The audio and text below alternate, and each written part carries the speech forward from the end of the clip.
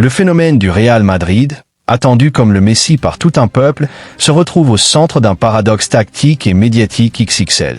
Entre la ferveur des réseaux sociaux, la prudence quasi chirurgicale de Carlo Ancelotti et la sévérité de la presse brésilienne, plongée au cœur du premier grand feuilleton de la phase finale. Un statut de super sub qui commence à peser.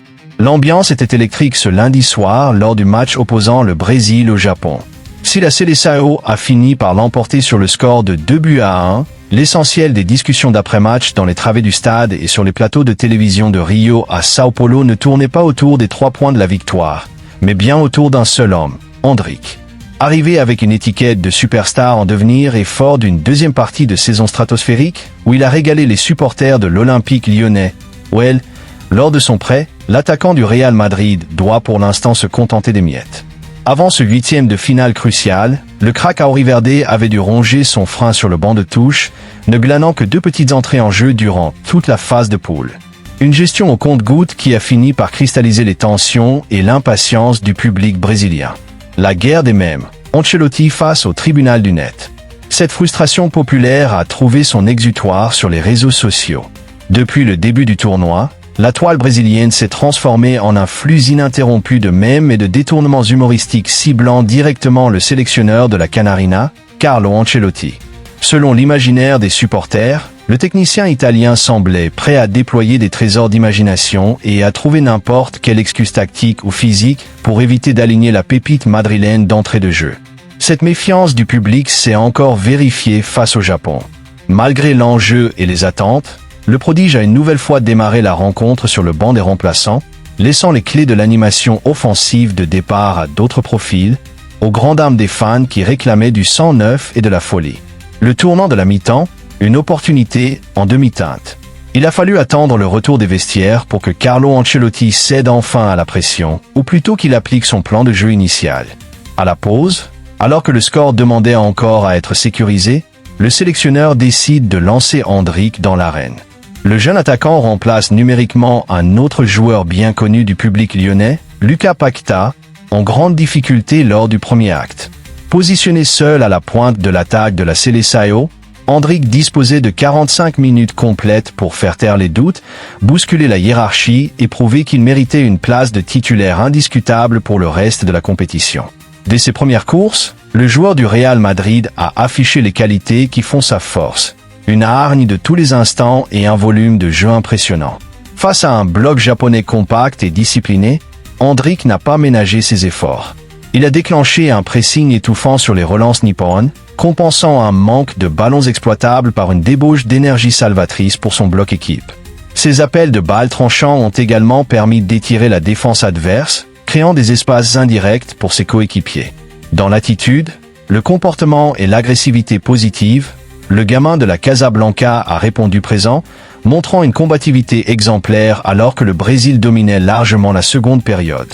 Le revers de la médaille, déchets techniques et mauvais choix. Cependant, sur le plan strictement offensif et technique, le bilan est beaucoup plus mitigé. On ne peut pas dire qu'Endrick ait véritablement marqué des points précieux aux yeux des observateurs neutres.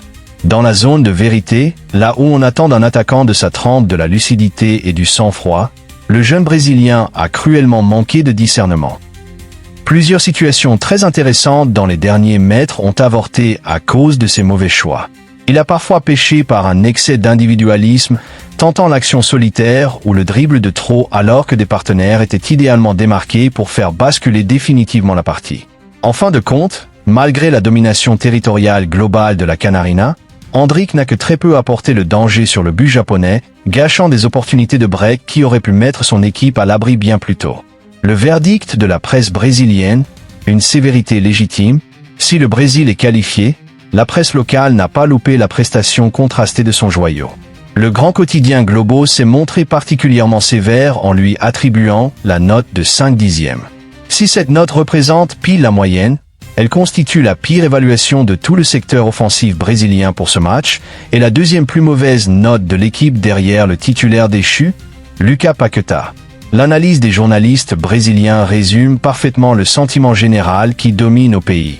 Il a apporté l'énergie habituelle à l'équipe, aidé à l'attaque de la seconde mi-temps, mais a peu contribué.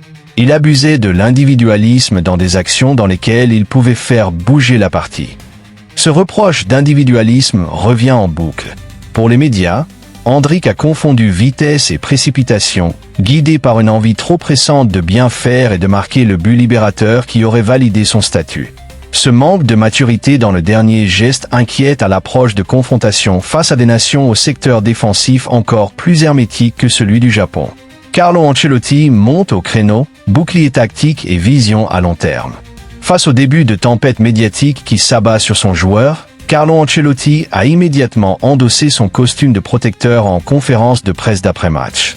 Fidèle à sa réputation de manager protecteur, le technicien italien a tenu à nuancer les critiques et à valoriser l'apport global de son attaquant.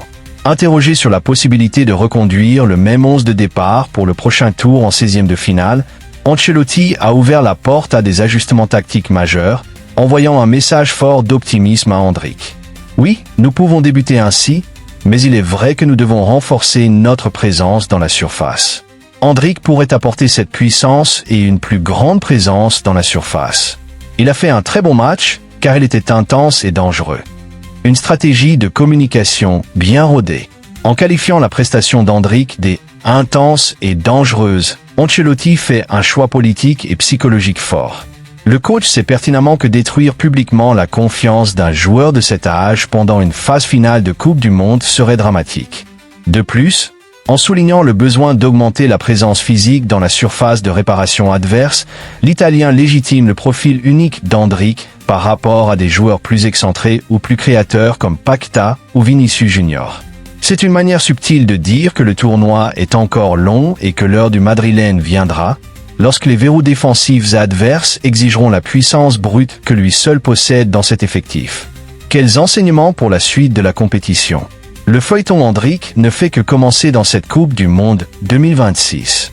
Ce match face au Japon aura agi comme un révélateur des forces et des faiblesses actuelles d'un joueur pétri de talent, mais encore en phase d'apprentissage du très haut niveau international. Pour les prochains tours à élimination directe, le staff brésilien fait face à un dilemme. Continuer à l'utiliser en joker de luxe pour dynamiter les fins de match fatigués grâce à son intensité et sa hargne. Prendre le pari de le titulariser d'entrée afin de lui donner le rythme nécessaire pour gommer son déchet technique et fluidifier sa relation avec le reste de l'attaque. Une chose est sûre, le Brésil aura besoin d'un Hendrick à 100% de ses capacités de jugement pour espérer décrocher une 6e étoile. L'apprentissage est parfois douloureux, mais le potentiel reste illimité. Le joueur sait désormais ce qu'il lui reste à corriger pour transformer l'énergie brute qu'il déploie sur le terrain en efficacité pure et chirurgicale.